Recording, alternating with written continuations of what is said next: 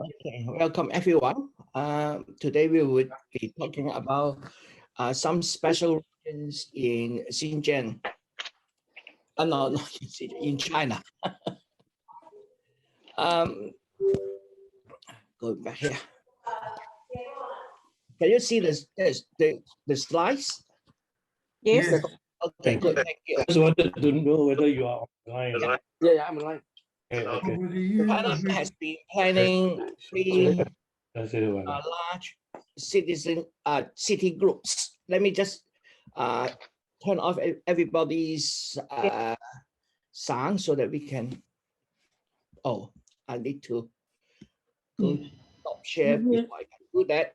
Let me just participants mute all. Okay, I will do this share screen again. China has been planning for three city groups.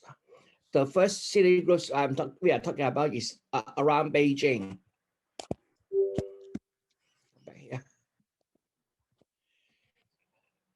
Sorry, it is in Chinese, but the star there represents Beijing.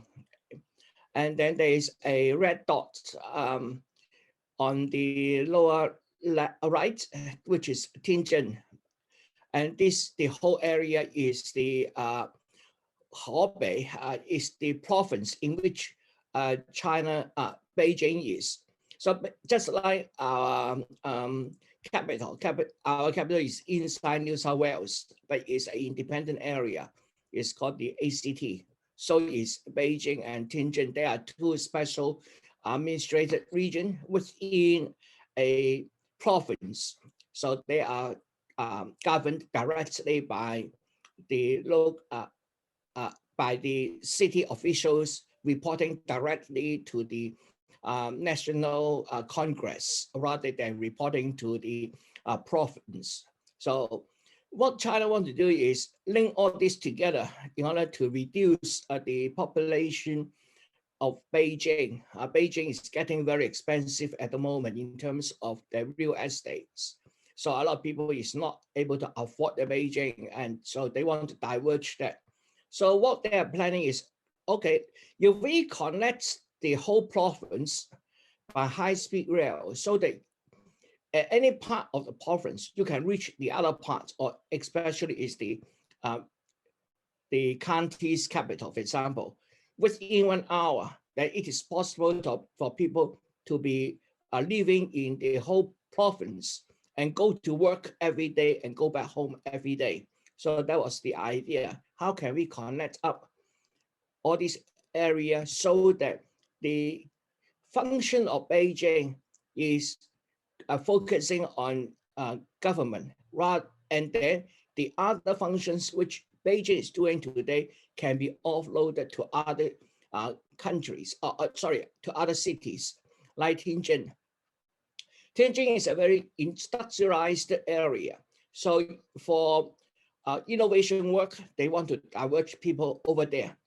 And then they want to create a new city from scratch in order to divert the population from Beijing to that new city. The target population in this area is around 130 million. At the moment, Beijing and Tianjin have about 20 to 30 million people in each of the cities. So together they have about 50 million people in them as well. So if the whole plan go ahead, then it would have a target operation of over 130 million, and they are connected by high-speed rail so that they can reach one part of the province to the other part of the province in approximately 1 hour planning. So in the diagram, you can see the dark lines are the existing high-speed rails, and the red one are those which are being built at the moment, and then the green one are those planned. And all these lines will be completed by 2025. They are within the 14th 5-year plan. So they will be completing all these things, and that will become black in about 5 years' time. That means they will becomes lines already built. So at the moment, what we're looking at is a satellite image from the sky. The lower right-hand corner is Tianjin, and then the upper one is the Beijing. Of course, Beijing is the national capital. So this also known as the national capital region of China. And it is one of the biggest urbanized region in the northern China that include economic zones around the Beijing, Tianjin, Hebei, along with the coast of the Bohai Sea. In 2016, this area, JingJinJi, that means the whole group we are talking about, represent about 10% of the China's GDP. JingJinJi has traditionally been involved in heavy industries and manufacturing. Of course, with Beijing being the government center, political center. Tianjin's strength have always been in aviation, logistics, and shipping because it's pretty close to the shore. Beijing complement this with strong petrochemical, education, R&D industries. The area is becoming a significant growth cluster for automobile, electronics, petrochemical sectors, automotive industry, software, aircraft, everything, because after all, this is the political center of China. So a lot of large companies want to have their headquarters somewhere in the area. With that said, many of the latest large IT companies are trying to have their headquarters in other than Beijing because they are finding the Beijing real estate a bit too expensive. The Chinese central government has made a priority to integrate all cities in the Bohai region, foster economic development, and this includes building advanced communication networks. That means the high-speed rail, better highways, increased education and scientific resources, as well as tapping natural resources of the Bohai Rim. Bohai is known to have quite a bit of oil under the sea, but I suppose with China saying that they want to peak their carbon emission in 2030 and then becomes carbon neutral by 2060. So I think they are not going to get this oil out from the Bohai area. I hope so, at least. In recent decades, petroleum natural gas deposit has been discovered in that region. So I hope, yes, it's discovered, but don't take it out. Leave it down there. So that would be a better choice for the environment. Obviously, Beijing is the one of the large city in the northern region of China. Of course, it is also the capital, governed as a municipality under direct administration of the central government. So it's quite like Canberra. Beijing is China's second largest city after Shanghai, with more than 17 million people. So it's a large city. Shanghai is about 20-something million people. Tianjin is at the port. It's the third largest city in China in terms of urban population. Also, it is one of those independent area reporting directly to the central government. Its urban area is about is the third largest in China, ranking only after Beijing and Shanghai. So it has a pretty large land area to develop. But again, they are already very closely populated. Hubei is the province in which both Beijing and Tianjin is. It is in China, every province have a shortened name, Qi. that she means Hebei. So it was a dynasty province since Han Dynasty. So it has been there for a long time, and it is quite near the northern part of the Yellow River. So the red area is the province, and inside that province we see two yellow region. So the top region is the Beijing area, the lower region is the Tianjin, and with a little bit of Hebei in the middle of them. So this whole red thing, including two parts, is what we are talking about. And the sea around that, just outside this, is the Bohai Sea. This is inner sea, and obviously you see that in the, can you guys see my cursor? Yeah, okay. Now, obviously, if you want to move here to here, you have to go all around like this, right? So what they are planning to do is build a underground, under the sea, high-speed rail tunnel through there. And that high-speed rail tunnel will be a vacuum tube. So they are planning to have train traveling from this side to the other side at about 1,000 kilometers per hour, if they are successful. So that will be, if you ask me where the ultra high-speed rail will happen in China, I think it is very likely to be in this little strip of land under the sea. So it's just like the super loop project with the United States. So the Chinese are also doing this, and this is the most likely commercial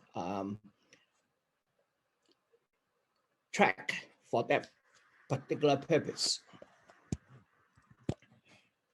There are a number of major cities in the whole province, including Shangazhong, Baoding, Tangshan. By the way, Tangshan is one of those which have suffered quite a large earthquake in 1976, but it has been rebuilt. And there are also other, the other one is Zhangjiakou, which will be the Winter Olympics in 2020. So this is being developed as a resort area as well. I have some Chinese here which help me to understand what have been written, and I have translated into the English. Now, the whole plan has already started in the 11th five-year plan. So now China has been running this five-year plan continuously. So to this year, they had just started the 14th five-year plan.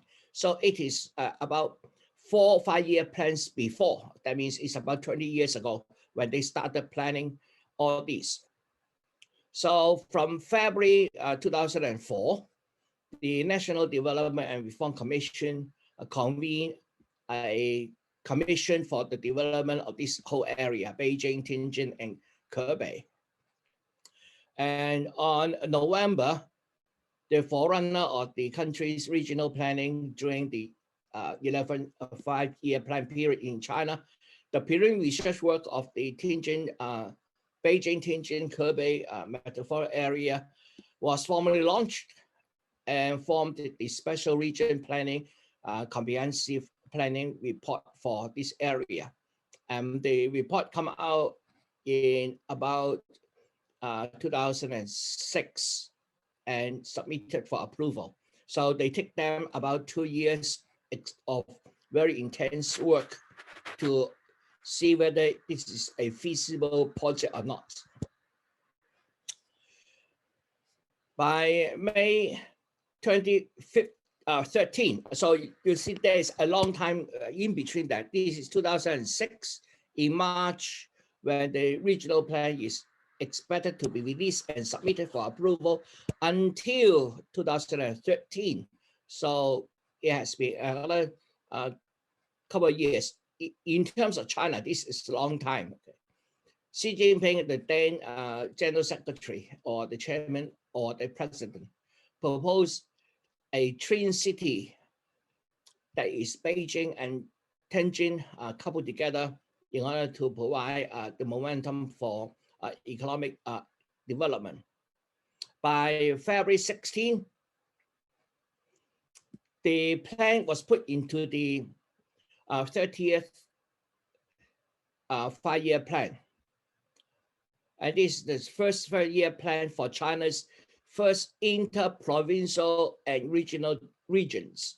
Now, there are another two of them. Another one is around the Yangtze River mouth. Another one is around the Pearl River mouth. So one is around Shanghai. The other one is around Hong Kong and Canton. In April 2017, the CCP Central Committee and the State Council decided to establish the Hebei Xiong'an New Street District as in the east of Baoding City as the central non-capital function of Beijing. Now, it is interesting. We have been talking about connecting Beijing and Tianjin, and suddenly, somehow looks like suddenly in April 2017, they proposed a totally new area called Xiong'an. So we will look at Xiong'an a little bit later on, see what kind of development China is planning for this area. The idea is to offload the non-essential population from Beijing into this Xiong'an region. So the objective of this one is the structure is emerged to find a new path of intensive development, exploring a model for optimizing the development of population-intensive economic regions, promoting regional coordinated development and forming new growth poles. They want to become a development center for the northern part of China. The planning outline clarifies the overall positioning of this region as a world-class city group with the core of the capital, a coordinated development, and we reform the region as a leading area, a national innovation-driven new engine of economic growth and ecological restoration and environmental improvement demonstration area. So obviously, Beijing is the political center. Tianjin is the advanced manufacturing and R&D base, and Hebei, the whole province, becomes an important base for the modern trade and logistics to support these two cities. So the spatial layout is tried to have complement functions, regional linkage, actual agglomeration, and local support. So they are going to support all these cities joining together. So the idea is there's one core, two city, three access, four zones. You know, Chinese like to use numbers like that. But what does it actually mean? I don't know. Okay, the nucleus. The nucleus is obviously Beijing, which at the moment is having a lot of non-capital functions there, so that it becomes a big city disease. There's a lot of low level citizens. So what they want to do is, okay, offload this and make Beijing the capital. And then, of course, in order to complement that, we also need another city to provide the commercial and engineering support, which is the role of Tianjin. So basically, these are the two train cities are Beijing and Tianjin, still around there. The three axes refer to the main framework that supports the coordinated development of Beijing, Tianjin, and Hebei, which is the free industry development belts of Beijing and Beijing and Tianjin, Beijing and Busan, Tianjin and Tongshan and Qing, and then etc. So they are trying to make sure the whole core functions are working together. So without going into too much details, so let's go on to what is proposed. To relieve the high housing costs in Beijing, they created a new city from scratch, and that new city is called Xiong'an. Okay, I have a little video to show you what have been done in so far.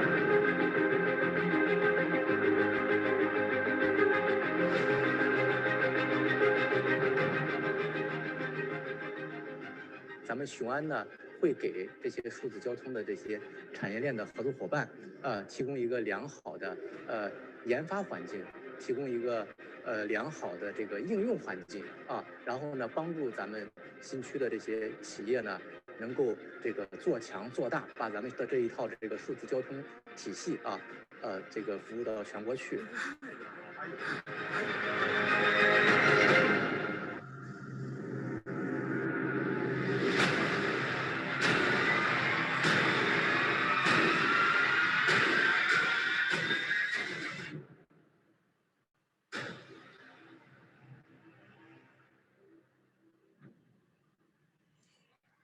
So this is a very brief introduction. So here is a longer one, which will have the interviewer interviewing some people to have better understanding of Xiong'an.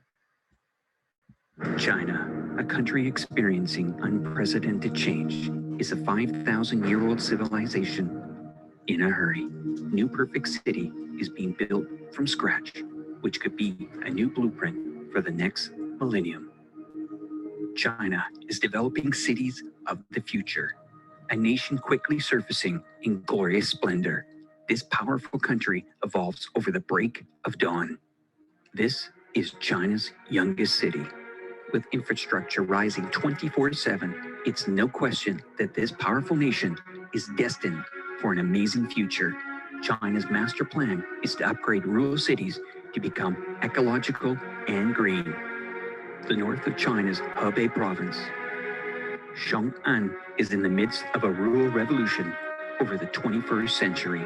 In April of 2017, President Xi Jinping unveiled plans to develop a vast city across Xiong'an, China.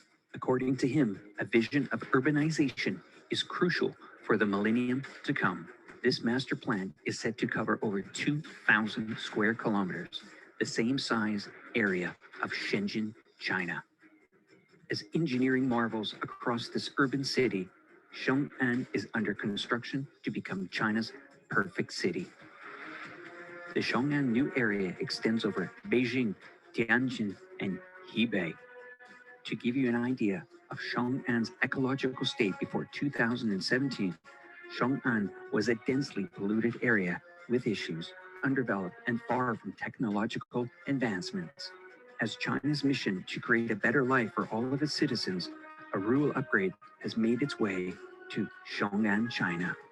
Xiong'an's potential is bright, with geological advantages, ample resources, and a vast room for development. Xiong'an has become the ambitious green experiment of the century. The construction of this new area is revolutionary. With world vision, international standards, and Chinese characteristics, this city is only the beginning of a new era.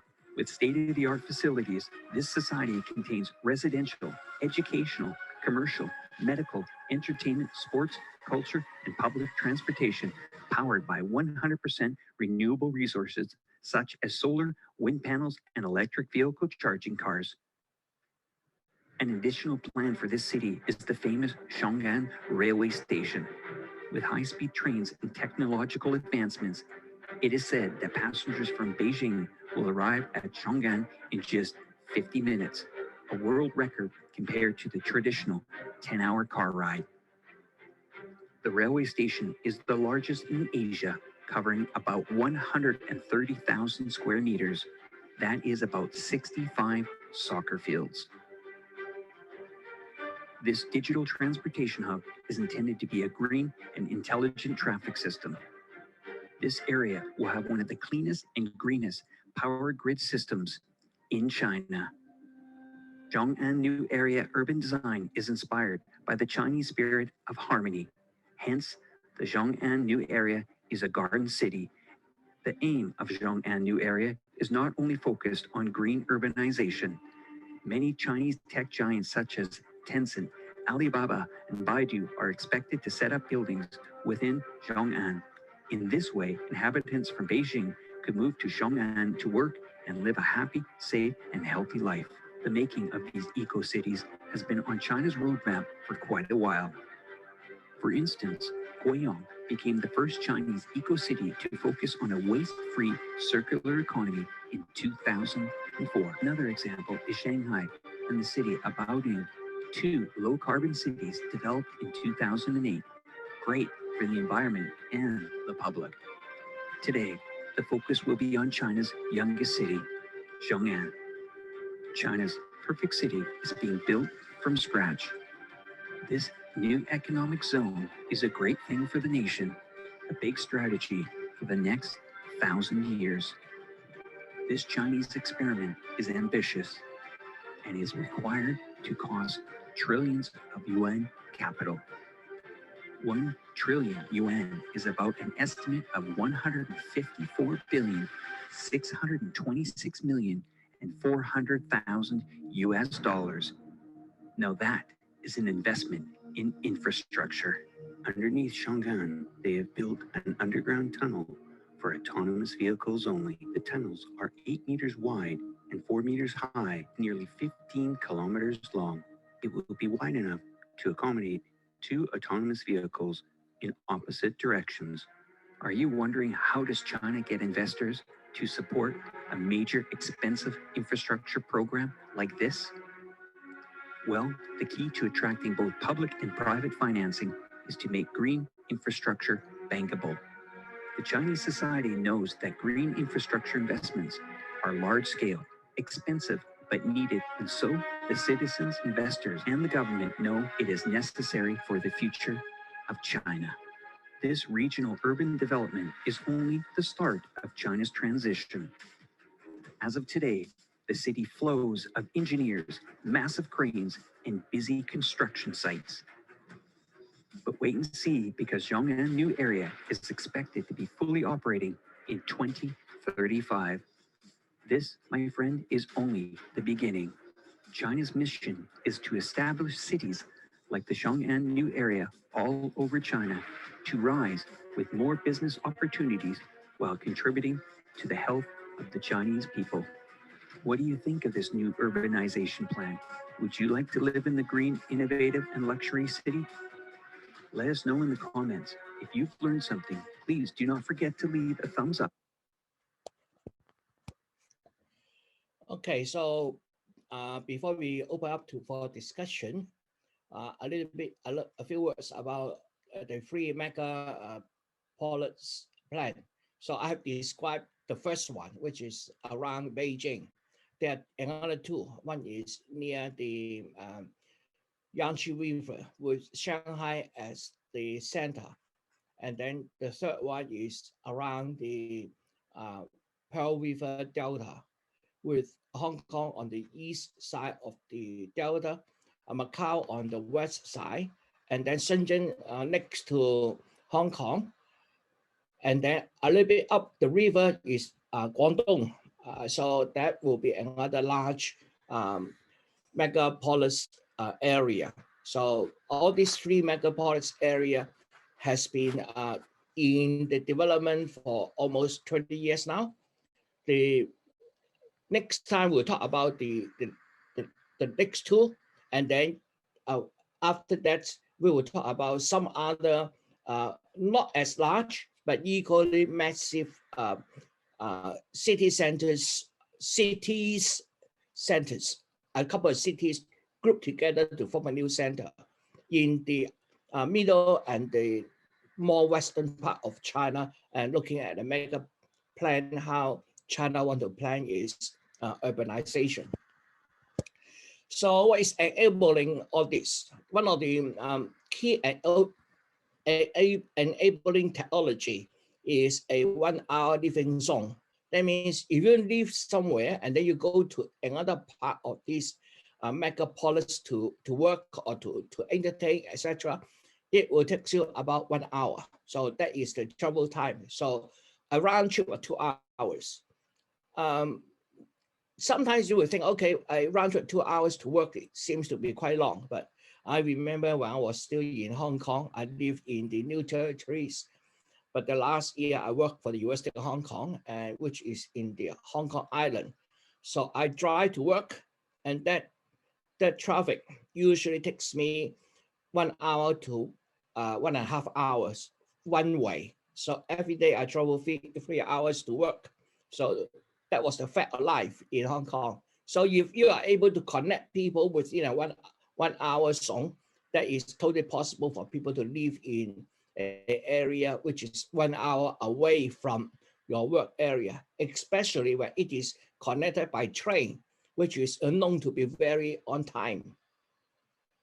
Now, planning committees set up to oversee and coordinate the development. For everything, you need planning. Each of these megapolis has existing pros and cons. The aim is to leverage this characteristic to grow the zones. There are long-term plans, 10 years or more, even in the so-called Chinese speed. There's no other experience to borrow, so it is also on a scale never seen in human history. So there's a lot of figuring how to go ahead while you are doing it. So there's a lot of research in order to get this forward. So this is the presentation itself. Now I want to show you one video before we open up to discussion. So let me just close it down and then get the video. This video should be, I have to group it into by, group it by, so yesterday night, I think I have a, no, where's that? Where is that? Okay. Okay, I already found it. I know where.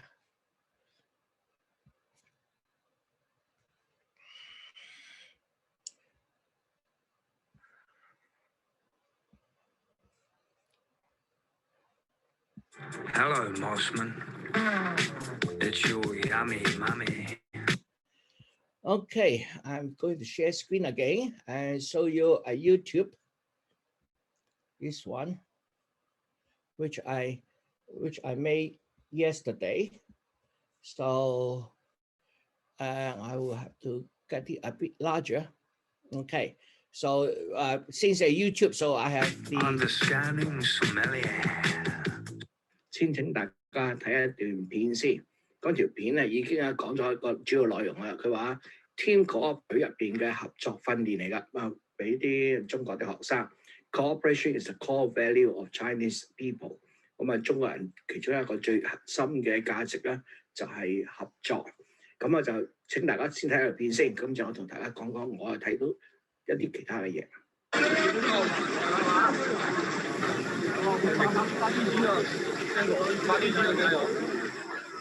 牛逼！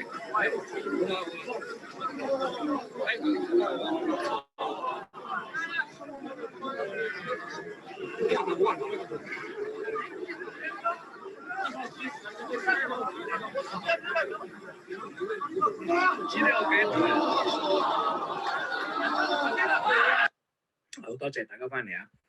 Okay. In the last video I showed is about a exercise among the Chinese students and to concentrate on their team cooperation. But I see more than just cooperation there. The winning team definitely has a strategy. They have well executed their plan. They know what they're doing. They know the sequence of each, how they do it, etc., etc. And I think that is one characteristic. I also recall one of my experience when I was teaching in Hong Kong. For that particular year, somehow I suddenly was allocated by my headmaster to be one of those advising teachers for the drama club. I'm a physics teacher, so drama was never my forte. I don't know why suddenly I become one of the advising teachers for the drama club.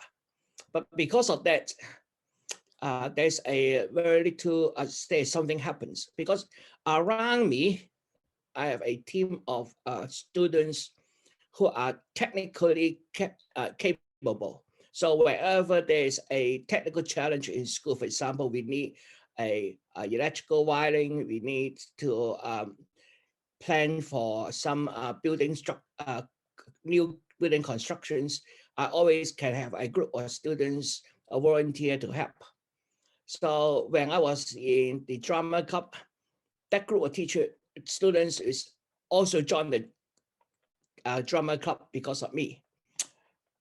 And then when they are participating in the annual drama competition among schools, so this group of students ask, what can I do? So I think, okay, since you guys are technical, why don't you responsible for the stage, what's that, the stage, all the stage, the kind of things. So they designed a couple of boxes as the stage background for the actor to play on, and then they will change stage after every scene. So after they make all these boxes, they come to me and ask for rewards.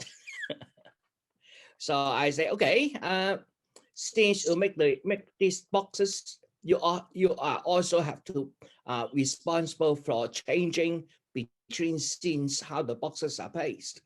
They say, okay, fine, you will rehearse. So I set them a target. Okay, if you can do a changing of scene within 5 minutes, you'll come to me and then get a reward. Basically a bottle of soda drink. So within half an hour, they come back and ask for the reward. I thought, wow, that is difficult. Now, next time they come back, what can I give them? It's too quick. So I set them a target of 10 seconds. That cost them a little bit more time. So 2 days later, they come back for the reward because they can do it in 10 seconds. The whole thing is depending on just what we saw in the video. Well executed plan with the number of people knowing exactly what they want to do. Now, because I set them the target of 10 seconds, so they reckon that each of them can move at most 5 steps, so that within 10 seconds, they move 5 steps forward, 5 steps backward. That takes 10 seconds. So how do you move all these boxes in place within these 10 seconds. So they come up with a plan of about 10 students. They know exactly what they want to do. And then at the start of the time when I press the stopwatch, they move forward about 5 to 10 steps, and then retreat back. And then that take them about 10 seconds to change the scene. On the night of the competition, so we were at the City Hall in Hong Kong. So I was there, obviously, as a morale for support. So the student there, I'm there. I was in the audience, and the students are all in the backstage. So on the first scene transition, so after the first scene, the lights go out, and then within about 6 seconds, the light come on again because the student has already changed the scene into the next scene. Now the audience was talking, and the audience, I think, was surprised by the time it takes for the scene to change. And then in the next change of scene, the audience was completely silent. And then they did it in about 7 seconds. And then in the large change of scene, their drama is 4 scenes, so there are three changes in the middle. In the large change, would take them about 5 seconds, much faster. There's a loud applause for the people working for the stage to change the scene. I think that explains the Chinese way of cooperation and thinking. So with these two experiences, I would now open up for discussion. Anyone? So I will unmute everybody, or you want to? Okay, so you want to say something? Please unmute yourself, please. Anyone? Hello, Albert. Yes, Howard. Yep. Two things pop up in my mind immediately. Well, lots of things, but two important things. One is I wondered where China's policy on population control sort of fits now, because it sort of seems like with these plans they're almost throwing their hands up in the air and saying, "Oh well, we can't control the population, but what do we do with it once we've got it there?" And the second one is obviously transport is a big contributor to climate change, and even if you've got trains running on renewable energy, that's still, you're still creating an incredible demand on resources, solar panels or windmills or making hydrogen or whatever energy system you use. It's still putting a huge demand. Any transport, an increase in transport does that. So that idea of moving so many people around so quickly over such huge distances, I wonder about. Yeah. Okay. Thank you, Howard. The first is the population. The Chinese have been implementing the one-child policy for quite some time, and that one-child policy only applies to the Han people in the urban areas. But now they have relaxed it into two-child policy. So basically, if you have in the first pregnancy have more than one child, then you are not supposed to have another pregnancy. But if your first pregnancy is one child, you are allowed to have another pregnancy to increase the population again. But unfortunately, with the current economic developments, the Chinese population growth had dropped to an unsustainable level. So the population is going to strain rather than increase. Although the Chinese government want to maintain a population, a very slight growth, but the But the situation at the moment, it is shrinking. It is the birth at the moment doesn't replace the death at the moment. Whether that will change later on, we don't know, but that is what's happening within the last about 10 years. There has been a serious problem for the Chinese government to consider. Another issue with that one is, of course, the aging of the population. That's also another very important issue. The Chinese retirement age is 50 for women, 55 for men. So they retire too early. And then the life expectancy at the moment is, for women is about 78 years, and for men is about 75, I think, around 70 something. So they have almost 20 years left after they retire. So there is a huge problem with the old aging population as well. How they handle it, I haven't seen any major policy on that one. So I think that answered the first part about the population. The second part of the question is about transportation. Now, China has now embarked on a new energy transportation revolution, so to speak. At the moment, China is the largest private car market for the world.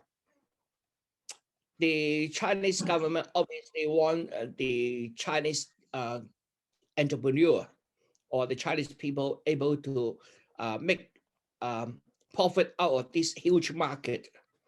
But the traditional transport market, the car market, has always been occupied by factories which has a very long history.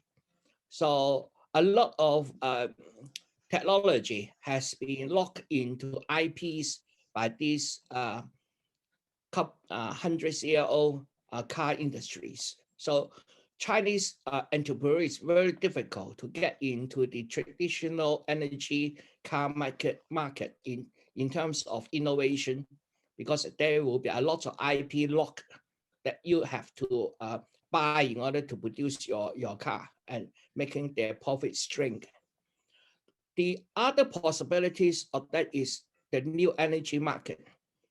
Being new energy, that means everybody is starting at the same place. We are obviously there are other factors which has been locked into by current market. For example, your suspension system, your airbag, etc. This has already been locked into by current IPs. But in terms of energy, in terms of the drive, I think you drive a hybrid, isn't it, Howard? Anyway, so you have an yes. You drive a hybrid. I remember you drive a hybrid, sir. No, I don't. No. Okay. Anyway, so in terms of this, the Chinese government is now encouraging the new energy market in China. Typically, if you want to buy a car, you have to enter into lottery, and then they will draw out who can buy a car from a lottery, because it is overcrowded. But you buy an electric car, you don't need to go to the lottery. You can buy it yourself. So that is a huge incentive. The other incentive is the Chinese government is building electric charging stations everywhere, so that you park somewhere, you can charge. And then, of course, you have to pay for the charge, but that is the same as you pay for the petrol. But the problem usually is charge take a long time to charge your car. But you can park and charge, then if any parking spot, you can go in, park your car, and then as well as charging it, that will save you some time in charging. So that will be another big area Chinese is pushing in. Now, I was asking what are the next terms topic. One topic I think I might include is the Chinese plan of reaching its peak carbon emission before 2030, and then be carbon neutral by 2060. So I will talk about that next term. in order. But with that in mind, then I will quickly also answer about the transportation issue. Obviously, high-speed train is much more energy efficient than private cars. Car moving almost a ton of metal moving a person is large energy, whereas a train moving a couple hundred people is much more efficient. So obviously, Chinese will continue moving forward using high-speed trains. So there's one strategy. The other strategy they will also promote is the electric car, also as a battery for the national grid backup. Now, one of the main issues with renewable energy is that the energy production depends on weather. When there's sun, you have a solar panel working. If there's wind, you have wind turbine working. If you have 9 of them, you basically run out of energy. So what do? You need a energy storage or energy backup. How can you supply a base load power?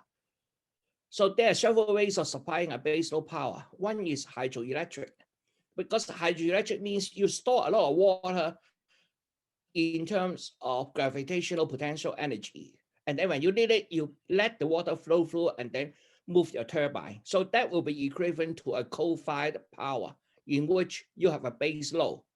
But still you will have energy demands which might not be able to meet by this hydroelectric power plant, especially when you are also diverging your investment into solar and wind. So solar and wind eventually will take up a significant portion of your energy source. So how do you do that? Well, when the sun is shining, store the energy. When the sun is not shining, use your local energy. So we need batteries. How can we get batteries into everybody's home? The car, your electric car is a large battery. So if you connect your electric car to the grid with a smart system, then you can set your cost, the parameter for your own use. When the electricity is cheap, which can be regulated on a per minute level, your software determines whether I'm buying or selling. If the price is right, you sell. When the price is right, you buy. That smart system will be a huge battery backup without investing a lot of money into battery. At the moment, I have solar panel on my roof.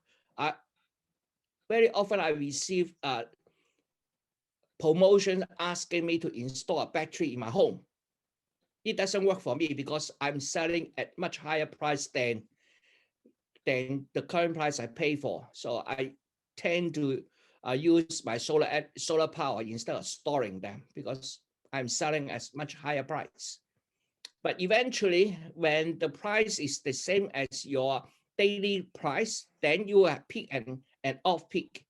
Here in Australia, our off peak is fixed in time. But eventually, I think the grid will be smart enough to say, okay, every different times, depending on demand, I will adjust the price. If that happens, then your car parked in your car park, plugged into the grid, can be a battery power to make money. I mean, that will solve a little bit of problem. But anyway, any large construction also means a production of a lot of cement, which is carbon intensive. That's true.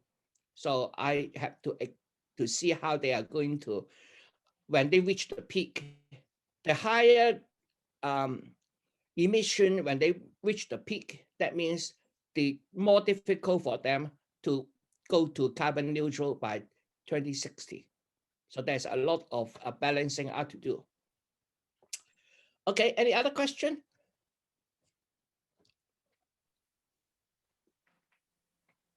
Albert, I've got a question about the new city.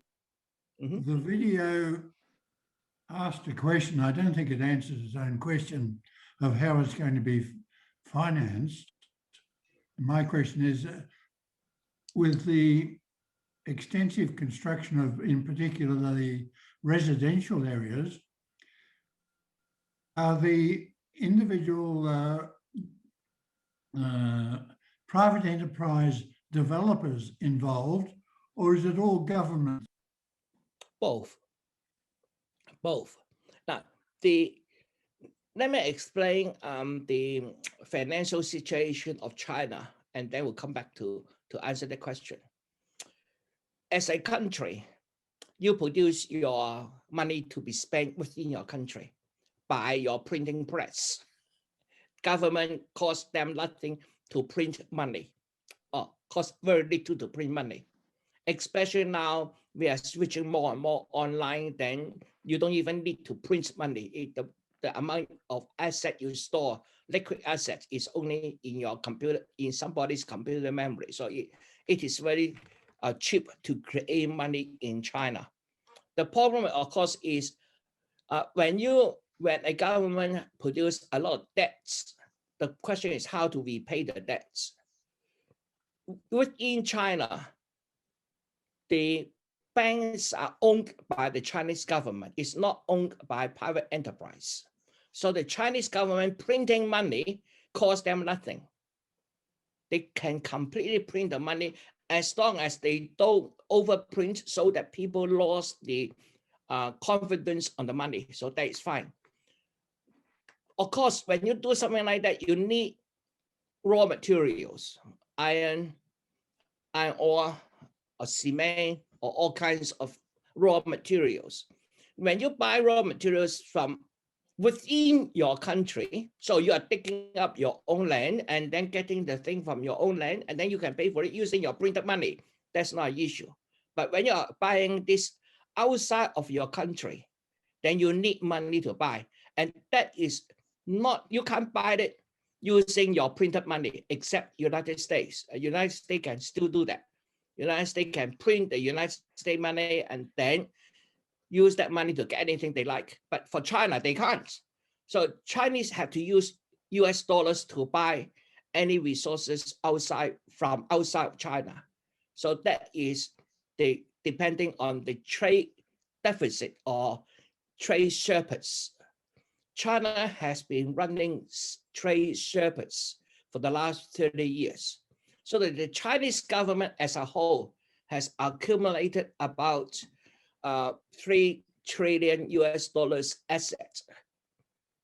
Of course, we now know that Chinese government is spending money like hell, like crazy everywhere else, because they want to diversify their $3 trillion US dollars into something concrete. In case the US dollars collapse, becomes valueless, they will, before that happens, they want it to be a concrete asset which they can rely on. So Chinese government is now spending a lot of money. So in terms of that, Chinese government have no problem of financing something and then waiting for 10 years or 20 years before the returns start kicking in. The private developers get the land cheap, build a house, and then looking at the plan, they will know when this particular zone will be populated. And to see that, you see the Song'an region has already built a very large rail stations. This has been completed. It's just waiting for the people to use. So as the different suburbs around that region comes up, then there will be infrastructure to support this, and then the private business will be getting their money back. The occupation of this area, I think, will start about later this year. Then people will start moving into the Song'an region. The early residents will come in cheap. And then as more and more people coming in, as the environment improve, I think the prices will only rise, not dropping. So if I can go to China, I will probably invest in one flat in Song'an, because I think that would definitely make money in the long run. So the private company is working for profit, obviously, but the government is also pumping in a lot of money in order to build infrastructure. So by understanding how the government plan to put their money in the infrastructure, the private company can just go around that infrastructure, chasing where the money goes. When the government put money in that area, you also put money in that area in order to make profit in the future. So the financing is okay, I think, for Shanghai, although it's a huge sum of money. But I think, as I said, the Chinese government has a lot of foreign reserve on hand, so they can just buy the raw material they want.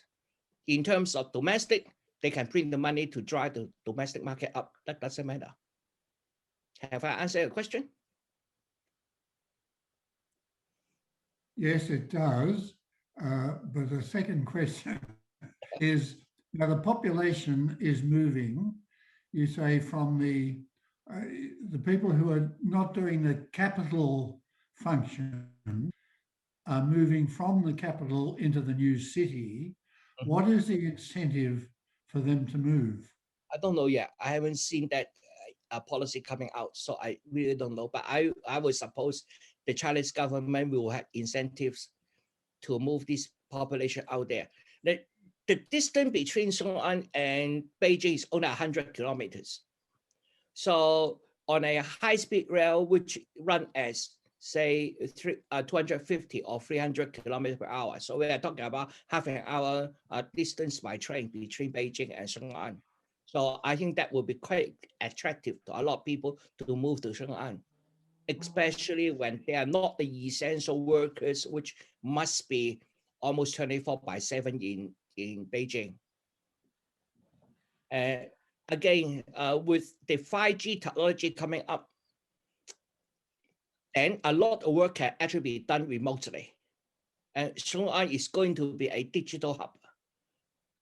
They are investing heavily in the digital technology as well. So I think a lot of people working for Beijing probably can work from home from Xiong'an, only go to Beijing for meeting when they are needed. I hope so. Albert? Yes. I wonder if I could ask you a question. I'll just quickly say that I think this achievement by China, what has happened and what you've described as happening, is going to be a sort of, a turning point in human civilization. The rapidity of the growth and the scale of the growth is I think it would have been unimaginable even a short time ago. So thank you for opening our eyes to what's happening there. And thank you for your very considered answers to those very poignant questions. Could I just build on that and just ask you, well, first of all, just a little bit of background.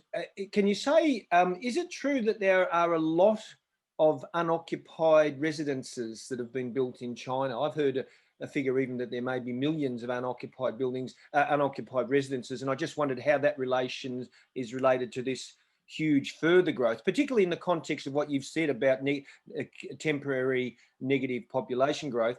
And secondly, could I just ask, it's fantastic, the green emphasis, and it's just heartening to see that emphasis on the green technology. That's fantastic. Could I just ask, from the human point of view, would the people who occupy these amazing skyscrapers and blocks of apartments, what will their access to sort of green areas and nature and fresh light be? And do people have any opportunities to sort of get out and have something might be a little bit more in the Australian sort of dream direction, if that makes any sense? Thanks, Albert. Thank you, Ken. First of all, the Ghost City first. We have a lot of news reporting that Chinese are building buildings that is not occupied. Now, a lot of these, there are buildings which was built and never occupied, and they eventually demolished. Yes, there are many of these as well. But most of these so-called ghost city is when the city is building, the news come in and photograph all those finished buildings, while they don't show you there are buildings going on in the same area. And Chinese will invest in building up the whole area and then put in the social support service before the people start moving in. So a lot of these so-called ghost cities eventually disappear. But again, as I said, I have seen some buildings which was later on demolished because of wrong design, or people doesn't like it for whatever reason. Yes, there are some wastage there, but the Chinese people move in when the social services are available. They don't want to move in without social services. Okay, so that's the first point. The second one is about recreational use of land. We see that there are a lot of so-called mothers, we call it big mothers, okay, who are retired ladies dancing in public space. Chinese people like to go out. They are not indoor people. They like to go out. Just like whenever you find a public space, then people will find out ways to use the public space. And the government has been understanding this. I just read today in one city alone, they are going to build 3,000 small parks within the next 5 years. Wow. Wow, there's a lot of parks within next 5 years. So that is the plan of a city. They say, okay, we want to increase the city size. So if you like, go online, search for some of those YouTubers who are in China. Maybe I will send out a list later on to tell you which you look at. Then you look at their YouTubes.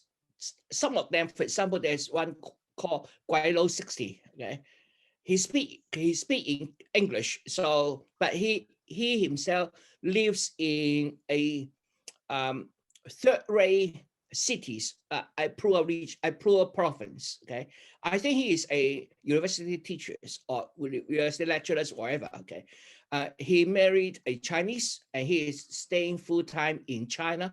He made his YouTubes by walking along the parks in China and then talking as he walks. He doing it. So I will send that link to you, to everybody. Okay, actually, and then you can have some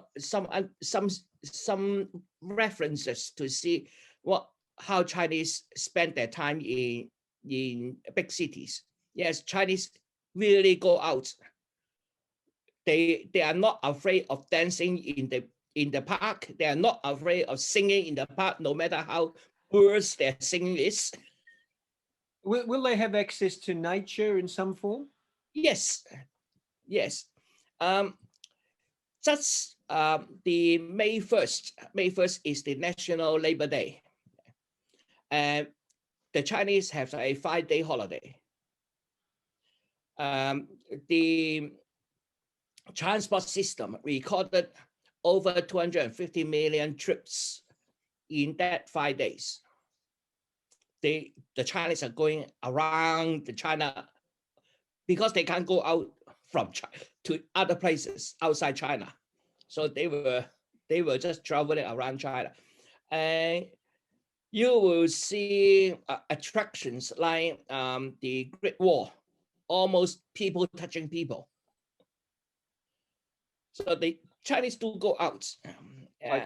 I guess it's very hard for people to have daily access to gardens and trees and grass and bushes and things like that when you've got so many people close together. Yes, I think so. But there are a lot of parks. Oh, right. Yeah. Yeah. But one thing is, in China, don't walk on grass. You can't walk on grass, too many people. You walk on grass, the grass will die. Oh, they had tracks, but I will try to maybe next time before we start, I will give you a little bit of a video showing some of the parks in China. Okay. Would anybody object? No? Okay. Idea. Include some of those parks in the next session so that you know what kind of environment people can have in China. Yes. Albert, Yes. talking about dancing in the streets of the Chinese, they like going out. I've seen YouTubes of Uyghurs in JingJinJi dancing in the streets. Now, I don't know whether this is propaganda or this is real, what's really happening there to the majority of Uyghurs. Can you comment on that? I think it's real. Now, yeah. First of all, I haven't been there myself, okay? So I cannot speak from my first-person experience. Yeah. But from what I can see from the YouTube's uploaded by Uyghurs from China. Yes. Not Uyghurs from outside China, from Uyghurs in China. Yes. I find Xinjiang very attractive for two reasons. First, the girls there are very beautiful. Yeah, they are. They are very beautiful. That's number one. Yeah. Number two, the food there is very diverse. Right. So these are the two things I like most about Xinjiang. Right.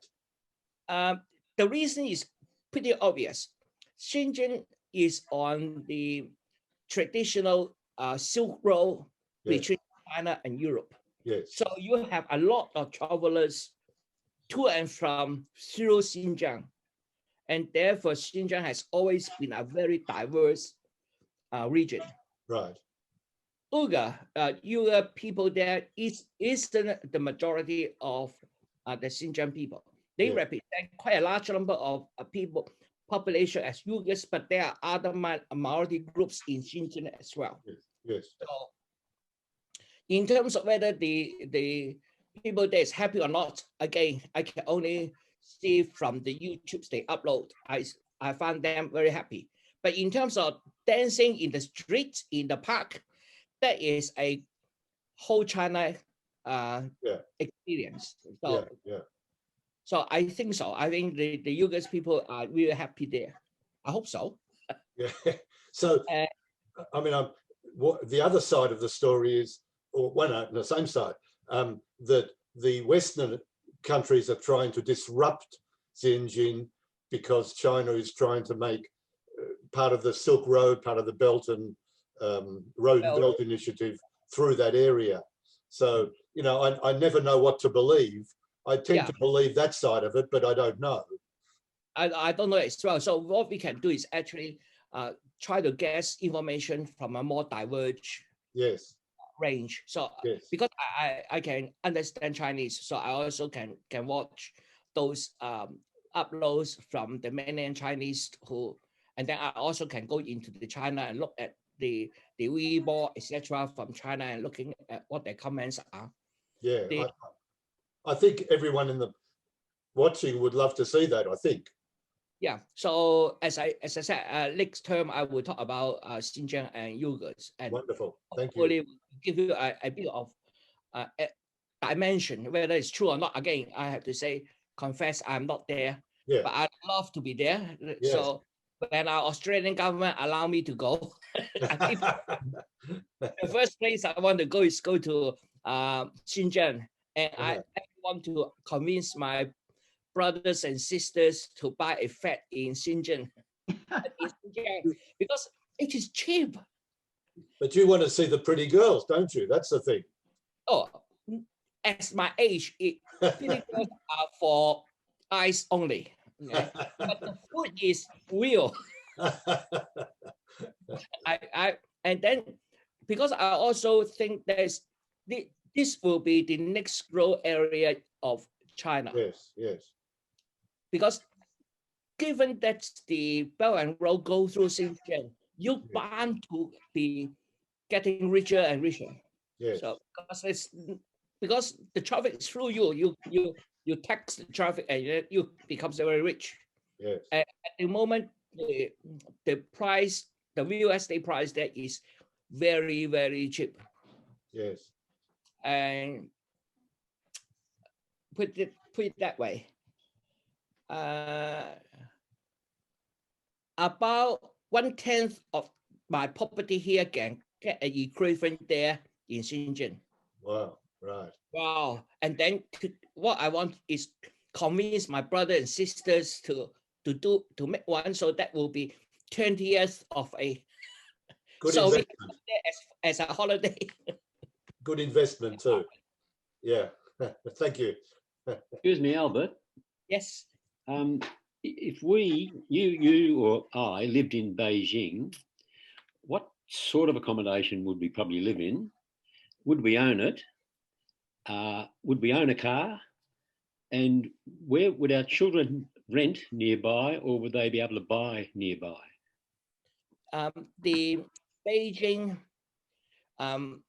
depending on which part of Beijing, Beijing is very large, put it that way, okay? You know, we have the so-called, what's that? The ring road around the city. That means the city itself, and then you have road radiating from the cities. And they also build ring roads around the cities, okay? 1 ring, 2 ring, 3 ring, etc. So in the first 5 rings, forget it. You and I won't be able to afford it, okay? As a ordinary property owning Australian, okay? So let's say our property value is about $1 million Australian dollars. Sorry, within the first 5 ring, forget it. It's not the area we are going to buy into it. And how many Ks from the city is the 5th ring? Each ring is about 5 to 10 kilometers away from the city center. So the first 5 rings, forget it, too expensive. By the 7th ring, we can afford it. Okay, so by the 7th ring, the other issue is in China, the underrail system, the MTR, the mass transit system, is very good.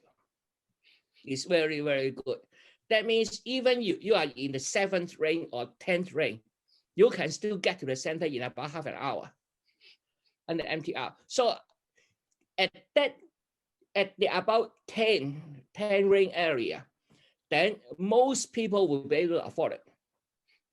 The issue for Beijing is still is too expensive, because the Chinese living standard is about 1/4 of our living standard. So we can't use our living standard to judge them. We have to judge them with their standard. With that means a lot of people can't even manage to live in 10 rings from Beijing. So they need to move out to Shanghai. Once you move out to Shanghai, it's a whole different story. So it's like living in one of our suburbs right into the well, Gippsland is expensive. Right in what's our gold mine in Victoria? Maui. Yeah, Maui, Morwell. Coronara, isn't it? No, Coronara. In our north, a little bit north.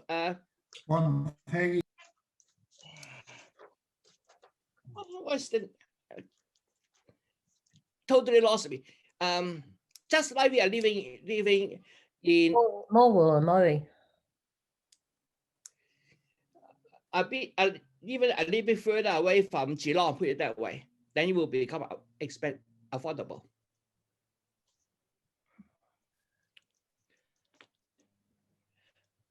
Okay.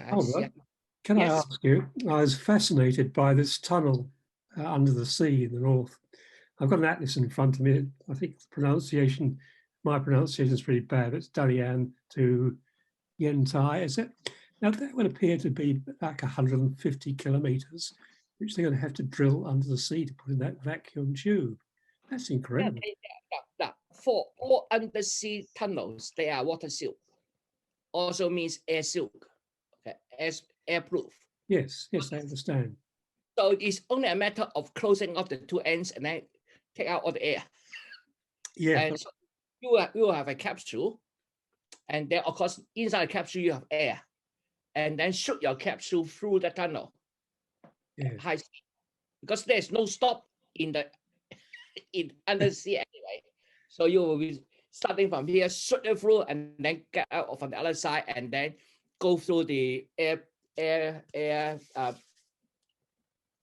barrier so that you got air again. Yes.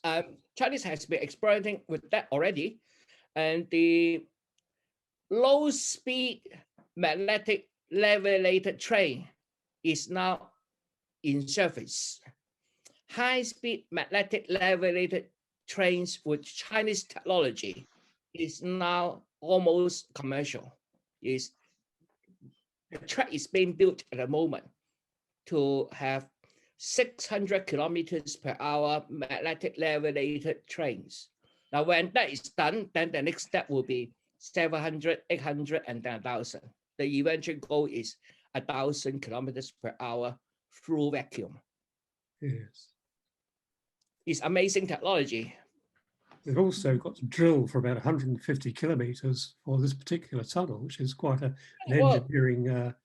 At the moment, they're already something like that already in existence. For example, the Hong Kong, Macau, Zhuhai bridge and tunnels.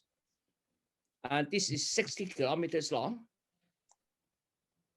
And some of the train through the mountains is approximately 10 kilometers long already. So there are technology to do that at the moment. Yes. Okay, any more question?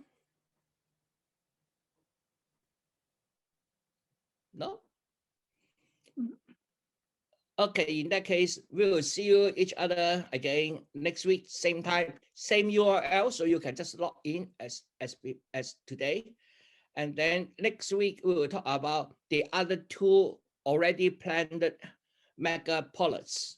And then the third time, I will put into new thing, which is the new city zones in order to develop the middle and the western part of China. So that, Albert, I put up a link to the Gualo garden on the chat. you found the Gualo now? Yeah. Yeah, it looks like that. Yeah. And if it's convenient for you to include something on the economics of high-speed rail, I think without that last thing of a vacuum, the high-speed rail is going to use a huge amount of energy, because even without friction due to magnetic levitation, the chief user of energy is air resistance. So without the vacuum, the energy use is going to be prodigious at 700 to 1,000 kilometers an hour. Yeah, that is true. So that's why they need to eventually go into the vacuum tube system in order to achieve that speed. Otherwise, a 1,000 kilometers per hour is already Mach 1. So it's breaking the sound barrier. So that is very expensive in terms of the friction. So they need to do that. But under 1,000 kilometers an hour should avoid the sound barrier. Yeah. So they need to go to vacuum when they go to that high speed. Even at 600 kilometers per hour is already very expensive. Yes. Pushing through air at this speed. Yes. Yes. But anyway, I think. Albert. Yes. No. Yes. Thank you. Oh, you're welcome. I think our next human development will be our energy price dropped by factors of 10 to 100. You think it's going to be mainly energy price drop rather than us being more economical and using less energy? Both. Both. I think the whole civilization have been driven by the lowering cost of energy. Yeah. So the next breakthrough will push our energy cost even down by a factor. I would think within my lifetime, I may see another factor of 5 drop in electric energy price. That's what I hope. Well, fusion is on the borderline of providing cheap energy. Yeah, the Chinese has already a industrial experiment setting up to try to break through that. So it's very close to fruition now. Yes. But we just 1 or 2 more steps. Yes. Well, we could have that cheap energy if that happens. Yeah, if that cheap energy happens, then our whole environment will change. For example, in the middle of our Australia, the problem is we don't have a lot of water. With cheap energy, pumping water from the sea and making it into a fresh water is no problem. Yep. Yes, by the way, there is a project in Middle East whereby they also pump water, seawater from the sea to the middle using a transparent tube. And that transparent tube also heat up the water. So by the time the water go to the middle, it's already steam, and therefore they can drive something with that steam and then condense back to fresh water for them to drink. Fantastic. So things are happening very good. Okay, so thank you, everybody. Thank you. Very good. Thank you, Robert. Thank you. Oh, crap.